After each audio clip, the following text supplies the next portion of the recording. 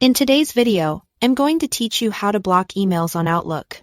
By the end, you'll know 2 reliable ways to stop unwanted messages from cluttering your inbox, and you'll understand what each option does, so you can pick the one that fits your situation best. First, let's look at the quickest method right from your inbox.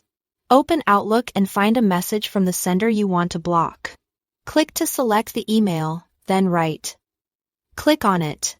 In the menu that appears, choose Block, or sometimes you'll see Junk, and then select Block Sender.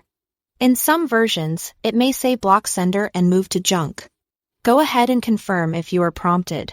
This action tells Outlook to route future messages from that sender straight to your junk folder, helping keep your inbox clean without deleting anything you might need to reference later.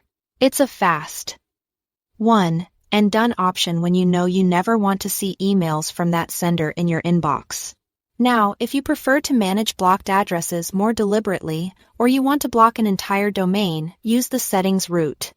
Click the gear icon at the top right to open Settings. From there, select Mail, then choose Junk Email. On this page, look for the section labeled Blocked Senders and Domains. Click Add. Type the email address you want to block, or enter a domain if you want to block every address from that site. This is useful if you are getting multiple messages from different addresses under the same domain. After you've typed it, click OK. A couple of tips as you work through this. Blocking a sender doesn't stop them from sending emails entirely. It tells Outlook to automatically treat those messages as junk.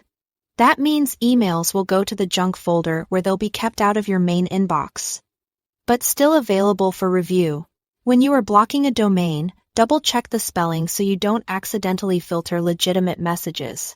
And remember, wording in the menus may vary slightly depending on your Outlook version, but the options will be very similar to what you see here. That's it. Thanks for watching.